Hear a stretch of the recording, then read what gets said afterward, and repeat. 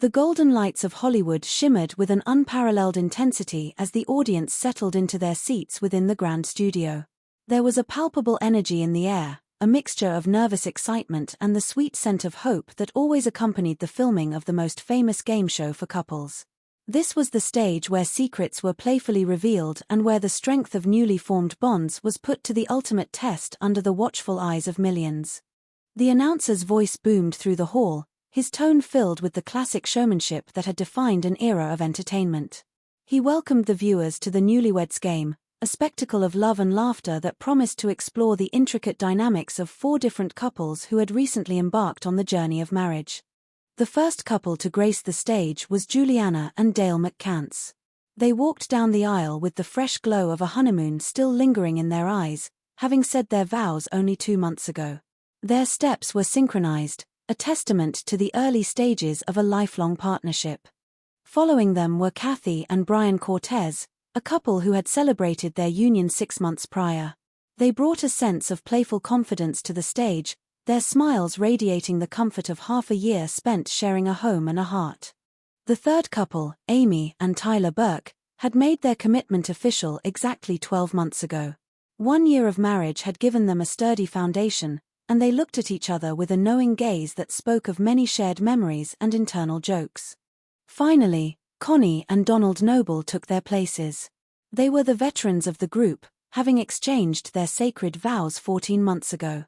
There was a quiet strength in their presence, a reminder that love grows deeper and more resilient with each passing month. The crowd erupted into applause as the star of the show, the legendary Bobby Eubanks, made his grand entrance. With a charismatic smile and a sharp suit, he embodied the spirit of the game. He thanked the audience warmly and turned his attention to the 4 delightful couples who were ready to compete for the ultimate prize, a spectacular second honeymoon. Bobby turned to the wives first, requesting them to make their way to the soundproof room. This was the traditional beginning of the first round, where the husbands would be asked to predict how their wives would answer a series of questions. Each matching answer would earn the couple 5 points. Once the ladies were safely tucked away and unable to hear the proceedings, Bobby turned to the gentlemen. He noticed Donald looking towards the direction where the wives had departed and playfully teased him, telling him to stop watching the other wives and focus on the task at hand. The goal was simple but challenging. The husbands had to anticipate the exact responses of their spouses to win. The first question of the evening was worth 5 points and delved into the intimate yet humorous side of their relationships. Bobby asked the men to reflect on the very last time they and their wives had experienced what could be described as electrifying sex. The question was not about the act itself, but about the mechanical metaphor their wives would choose to describe their husband's performance. Bobby offered 4 options: a blow dryer, a power saw, an iron, or a can opener. Donald Noble was the first to answer. He carried himself with the air of a romantic, a man who believed in the power of connection. When Bobby asked which appliance Connie would choose, Donald seemed thoughtful. He wanted to project an image of steady energy. Brian Cortez was next. With a smirk, he opted for the blow dryer. He explained that the experience was hot, a vivid description that brought a ripple of laughter from the studio audience. He felt confident that Kathy would recall the warmth and the intensity of the moment in a similar fashion. Dale McCants, the youngest husband in terms of marriage duration, agreed with Brian. He also chose the blow dryer, suggesting that there was a consistent theme of heat and energy in his and Juliana's early marital life. He began to say something more personal, but Bobby skillfully guided him back, reminding him that some things were perhaps too detailed for national television. Tyler Burke chose a different path entirely. He predicted that Amy would compare him to a power saw. He mentioned a specific sound he made, a detail that piqued Bobby's curiosity but also led the host to jokingly advise Tyler not to demonstrate that sound without his wife present. The second 5-point question moved from the bedroom to the mirror. Bobby asked the husbands if their wives would say their head was too large for their body or if their body was too large for their head. It was a dangerous question, as Brian rightly noted, but one that revealed how much the husbands paid attention to their wives' self-perceptions. Brian, Dale, and Tyler all reached a consensus. They believed their wives would say their bodies were too large for their heads. It was a common sentiment, they felt, reflecting a certain modesty or perhaps a shared physical insecurity that often came up in conversation. Donald was even more emphatic, stating that Connie would definitely say her body was too large for her head. As the first round neared its conclusion, Bobby introduced a special element to the game. He produced a large, beautiful cream pie, its white peaks of whipped cream looking both delicious and ominous.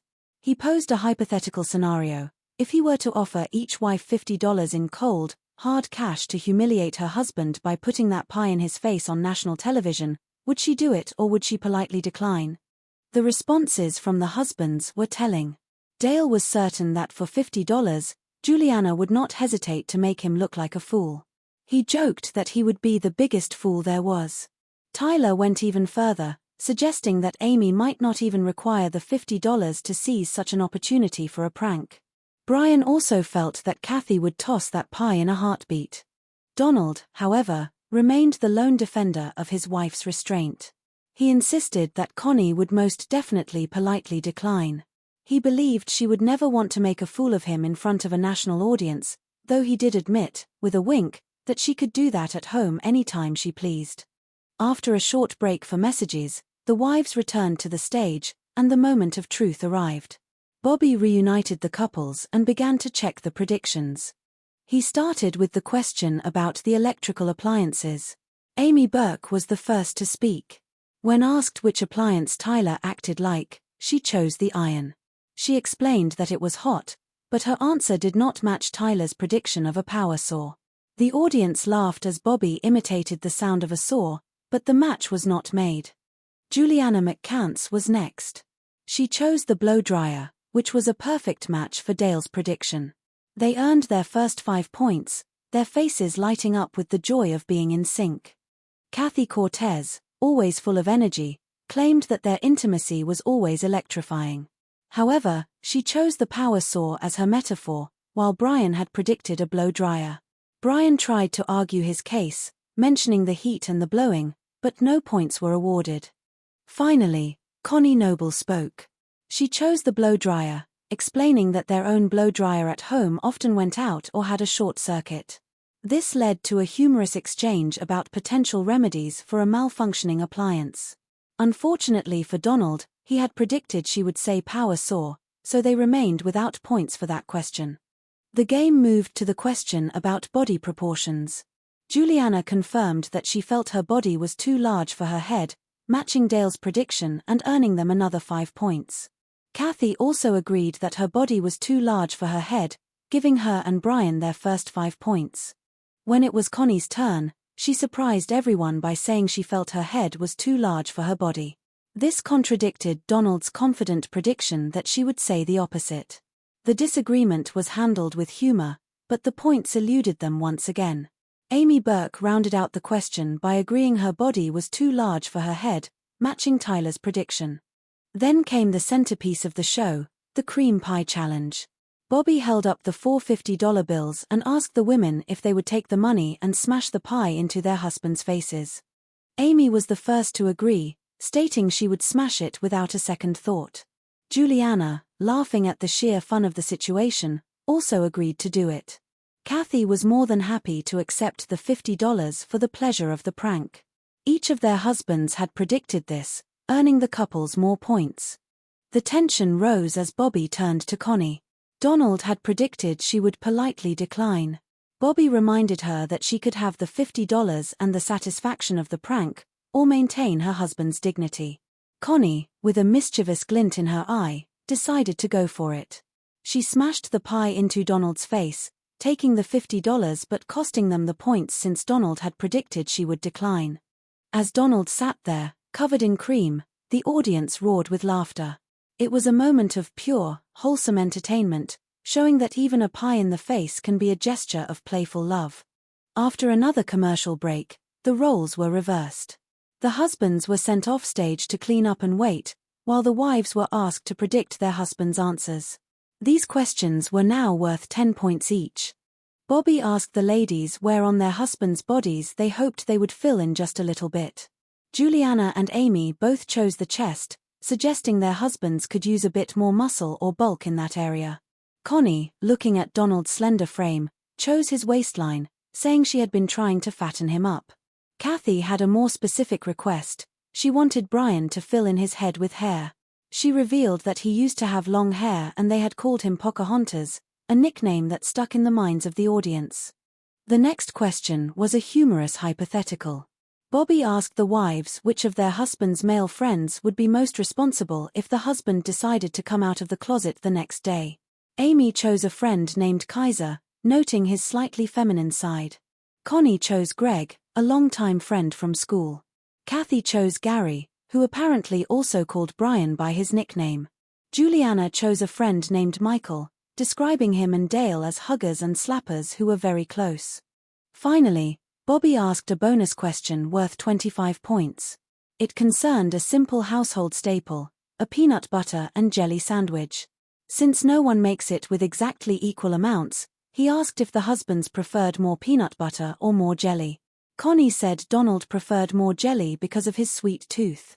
Kathy, Juliana, and Amy all predicted their husbands would prefer more peanut butter. The husbands returned to the stage, looking refreshed and ready for the final tally. Bobby began the comparisons. On the question of where they should fill in, Brian Cortez thought Kathy would say his chest, but she had said his head and hair. No points were earned there. Donald Noble also guessed his chest, but Connie had wanted him to fill out his waistline. Tyler Burke thought Amy would say the top of his head, but she had chosen his chest. Dale McCants joked that Juliana would want him to fill in his brain, but she had actually chosen his chest as well. None of the couples matched on this 10-point question, showing that perhaps the husbands were a bit more self-conscious about different things than their wives were. Then came the question about the friends. Donald correctly identified Greg as the friend Connie would name, finally earning 10 points and moving out of last place. Tyler correctly identified Kaiser, matching Amy's answer. Dale correctly identified Michael, matching Juliana's prediction. Brian also correctly identified Gary, noting that Gary was the friend who was always after him. All the husbands were perfectly in tune with their wives on this question. Before the final bonus question, the announcer, John Kramer, described the incredible prize for the winning couple, a trip to a luxury hotel in Mexico, flying on a Premier airline. The excitement in the studio reached its peak. The 25-point bonus question about the peanut butter and jelly sandwich would determine the winner. Donald and Connie were the first.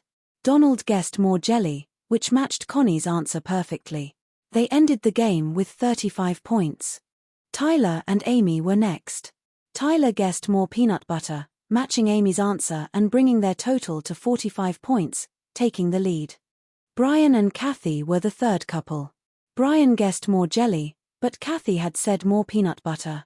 They remained at 20 points and were out of the running for the grand prize.